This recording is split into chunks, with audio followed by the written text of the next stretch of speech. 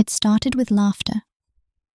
Under the fading sunset of Yaba, Lagos, the clink of bottles and roasted plantain smoke, smell of puff-puff, suya, blaring buses' horns filled the air. In a small compound just off Murtala Muhammad Way, 3 friends were gathered. Esohe, Itorho, and Efosa. Childhood friends turned housemates, all from Benin, all chasing dreams in the mad rhythm of Lagos. Esohe was the bold one, the girl who always said what others were afraid to think. She worked in PR, loud voice, red lips, and a wardrobe that didn't know what subtle meant. Itorho was the quiet dreamer, a fashion designer who believed in destiny, silk and slow Sundays. She was the one Lagos hadn't broken yet. And Efosa? He was the man between them. Dark-skinned, quick to laugh, and the type of man Lagos girls turned their necks to watch twice. He wasn't just fine. He was smart, gentle, and dangerously available. He sold art part-time at Terra Culture and managed digital campaigns for luxury brands. He was also Itorho's boyfriend, technically. Their relationship wasn't loud or Instagram official, but they were deeply connected. At least that's what everyone thought, until the day Esohe said it. "Babe, lend me your man na. Just for this event. You know these Yoruba men don't respect a single girl. I need to be unavailable small."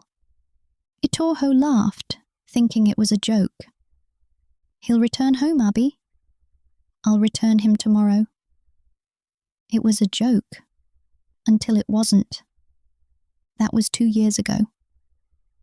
Now Itorho stood alone at Freedom Park, watching strangers sip wine and take selfies, wondering how she became the outsider in her own story.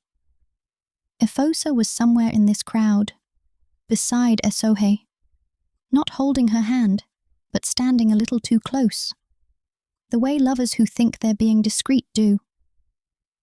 He hadn't been returned. First, it was a week, then a month, then a house moves.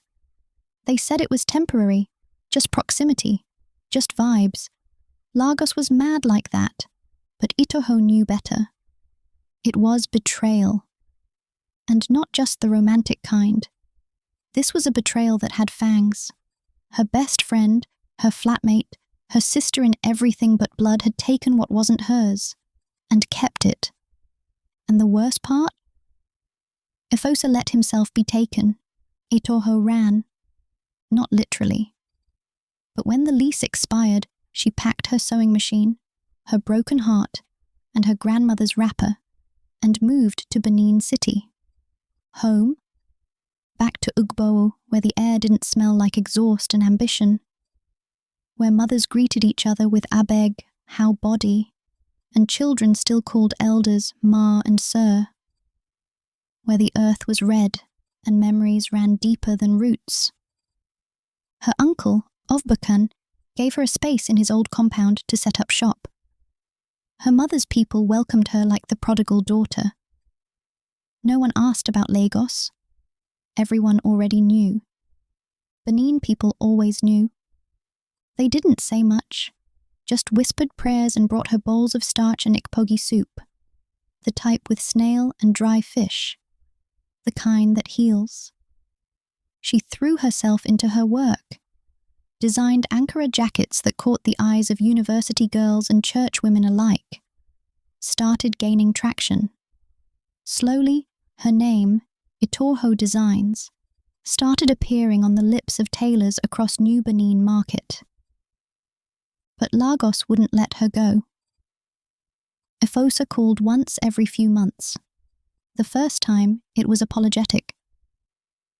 "I didn't plan it like this. You know how Esohe is. She can be intense. I didn't want to hurt you, Itorho." She didn't cry. She just listened. The second time, it was defensive. "You left. You could have stayed and fought, but you just ran." She hung up mid-sentence. After that, it was just silence. But Lagos had a long mouth. Friends still in the city sent whispers. They live together now, oh. She calls him babe in public. They said they might be getting engaged soon. Itorho smiled when she heard it. The kind of smile that never touched her eyes. It was a phone call from her Aunt Idawa that dragged her back. You must come back to Lagos, not for them. For yourself. The world must see what you've become. Her designs had been nominated for an award, a major one. Lagos Fashion Circle.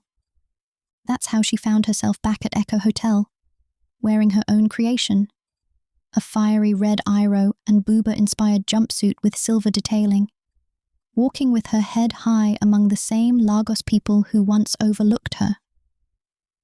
Esohe was there too, of course, in Gucci. Efosa stood beside her, now visibly aged, thinner, quieter, and when their eyes met, just briefly, Itorho didn't flinch. She smiled, for real, this time, and turned away. Because the truth is, some people you lose, and it's the best thing that ever happened to you.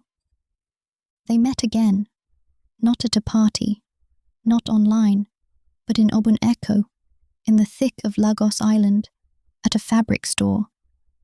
Efosa saw her first, tried to smile. I never meant to hurt you. She nodded. No hate in her heart, just history. You didn't borrow a bag, Efosa. You borrowed a person. You said you'd return him.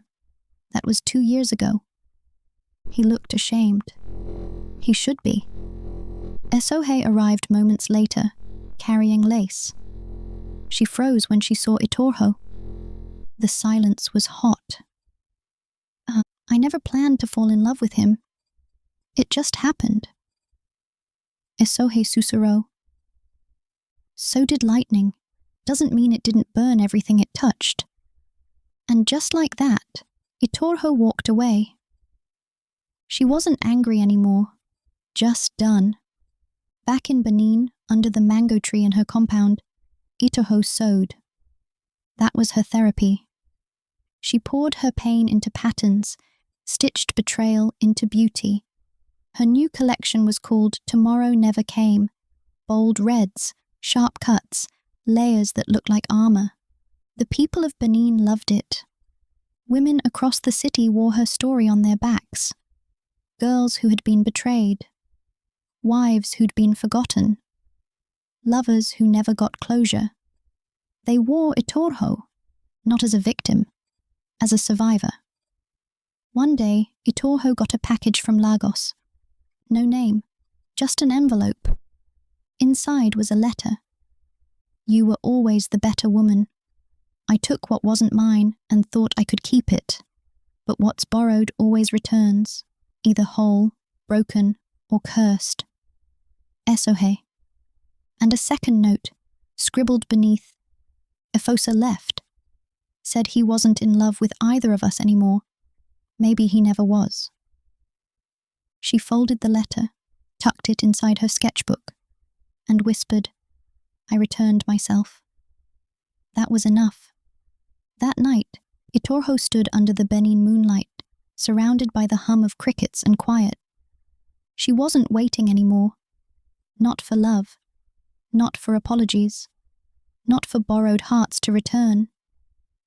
She had learned that some things are never meant to be returned. Because once they're gone, like trust, like time, like old lovers from Lagos, they belong to the past. And Itorho? She belonged to tomorrow. Her tomorrow.